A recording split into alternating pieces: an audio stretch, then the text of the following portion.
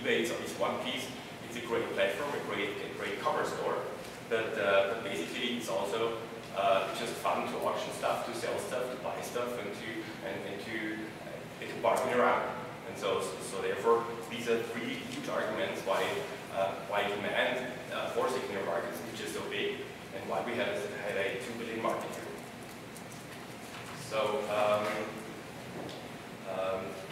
basically, there are different problems, and I'm sure Jeffrey will point out hundreds of them. But basically, why spend so much time and energy on fighting stuff like Blizzard does, or pretends to do that? But basically, why not investing your money in making this legitimate market, in like building the right tools, building the right game balancing, and just monetize this 2 billion market and create this legitimate market environment and solve the problems just up front. And basically, just involve players, involve the community, involves partners, and make this a viable business for all players in the value chain, and give players what they want, which is a secondary market. Okay. 5 seconds left. Jeffrey, you have 3 minutes for cross-examination. So do we both stand up here? Yes. Oh, sorry. So, swap positions. Okay. 3 minutes. Go. So this is cross-exam on what you said. Hi, everybody. I'm Jeff. So I'm going to bring up a couple of points I want you to clarify, and then I'll obviously go into my own in a couple minutes. So you say that trading is fun to do in game. There's obviously other ways to trade. You can go to the WoW auction house. I don't see any reason to take it out to a secondary market where there's chances of people cheating, spamming, or otherwise ripping you off for what you have. Why can't you just do it in game? Right, basically that's one of the points I brought up at the end. So basically, make it right? Basically, if you have a proper integration into the game, if you have a proper game balancing, then there is no cheating, there is no security problem. If you have like security environments like in EverQuest on the kind of trading servers, you don't have any kind of community aspect you need to be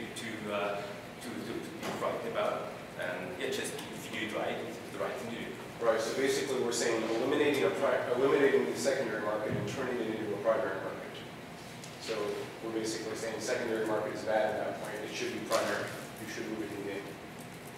And it shouldn't be, because a secondary market, per definition, is the trading of items between players, right? So I have acquired stuff in the game. I have acquired it from a user, from a publisher, and I'm going to sell it to somebody else in exchange for like real money, or you can also do it for like virtual money if it's like a different target group, right?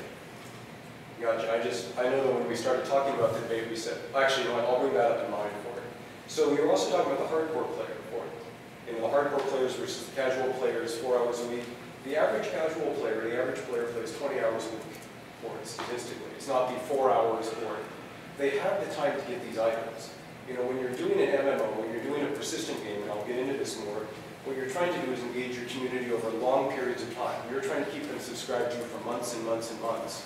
What you're talking about on the secondary market is saying, hey, let's shortcut some of this time. Let's take away the time, give them the item, and instead of keeping the people in our game for an extra couple of weeks while they do these things, we're going to give that to them. You're basically saying we should discount the primary source of revenue for these, which is length of time, subscription, by shortcutting that and bringing people to the end quicker, at which point they leave. And that's something, again, coming back to my point, doing things right. So basically, that's why it's so important to control your Canadian economy, that you really have different attributes for different items. So it's basically that for those hardcore players who do spend 20 hours per week in the game. Well, that's the average player. 20 hours a week is average. So it's basically those players who do spend significant time in the game, then just make certain items that make them outstanding, not from a power perspective, but like from a fashion perspective. Let them just be accessible to those players and reward them. On the other hand, and Mark, go ahead and give yourself. You have 6 minutes to construct your position. Oh, watch it. Hello. There you go. I got a couple smiles for it. So when we're talking about secondary markets, you have to ask, what's a secondary market? So specifically for this debate, we've said that a secondary market is a market that is outside of the game. It is a market where you're taking real money and purchasing game items. This isn't you going out and whacking a monster and selling a sword for 100 gold to somebody or putting it on the auction house. That's in the game. That's a primary market. That's designed in and part of gameplay. So we're talking about people going outside the game using real money on eBay and other things to actually sell items for it. And so if you look at this, what kind of games use secondary markets? This isn't Grand Theft Auto, this isn't Call of Duty, this isn't Rock Band.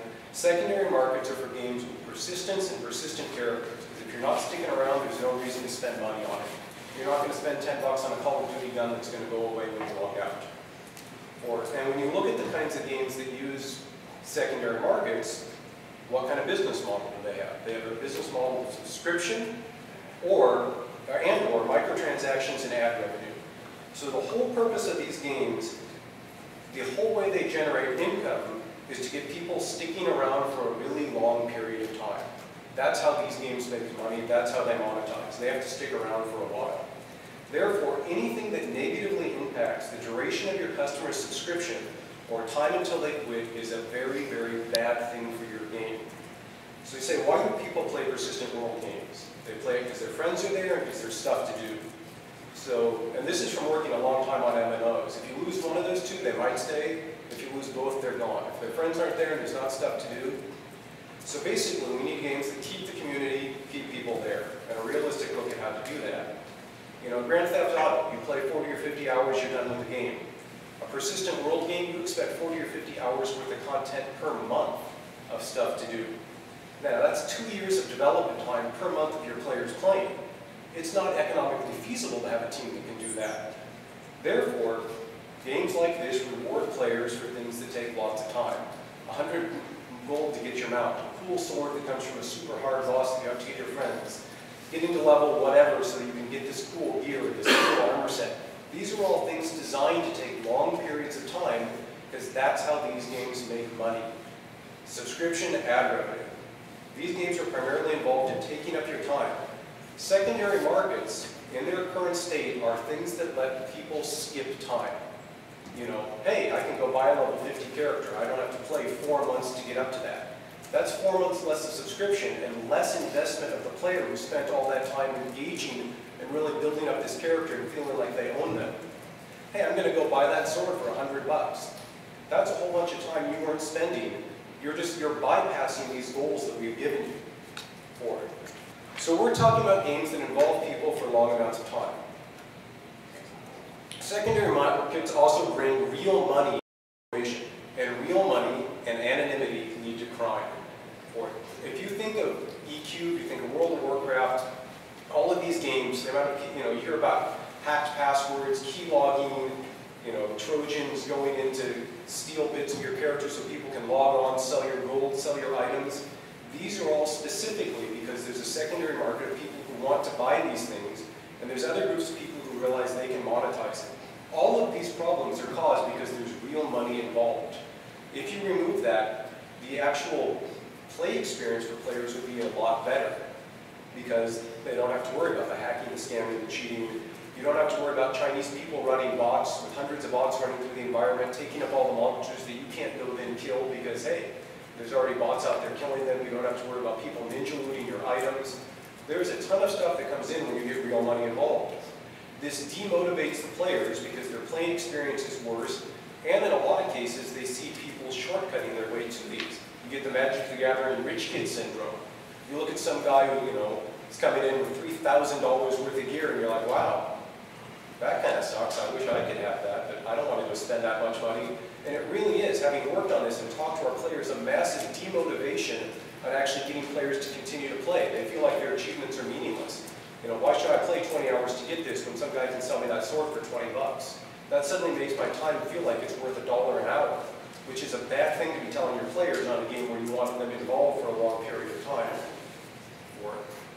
And, secondary markets lead to legal problems. As soon as you have real-world money value associated with anything, what happens if you want to ban a character, shut something down? You're bringing in a whole slew of legislative issues as well for it. And so you get all of these things that, maybe 1 out of every 100 people actually sell items for it, but you're impacting your entire player base with the ability of these 1 out of every 100 people when they built in this great